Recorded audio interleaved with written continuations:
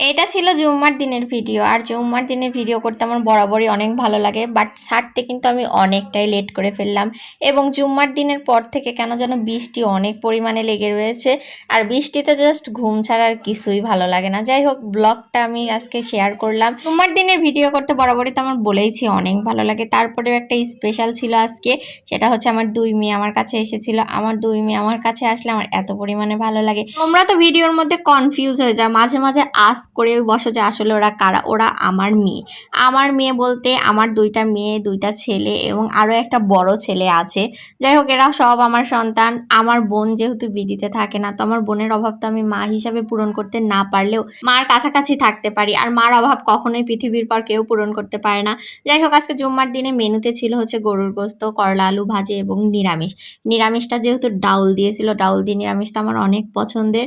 এবং আমাদের গাছের হচ্ছে পুঁই শাক দিয়েছিল। এদিকে আবার আমার শ্বশুর হচ্ছে অনেকগুলো দেশি লেবু নিয়ে এসেছিল। এই লেবুগুলোর টেস্ট কিন্তু অনেক সুন্দর, অনেকটা টক টক, অনেকটা ফ্লেভারফুল। যাই হোক, আমি এখানে একটু ক্লিন করে রাখছিলাম। আর এদিকে যেহেতু ওরা এসেছে, তো ওর খালু হচ্ছে ওদের জন্য বার্গার নিয়ে এসেছে। যেহেতু বাচ্চাদের জন্য কি আনবে ভেবে এখন দেখছি চারটা বাচ্চার জন্য চারটা বার্গার নিয়ে এসেছে।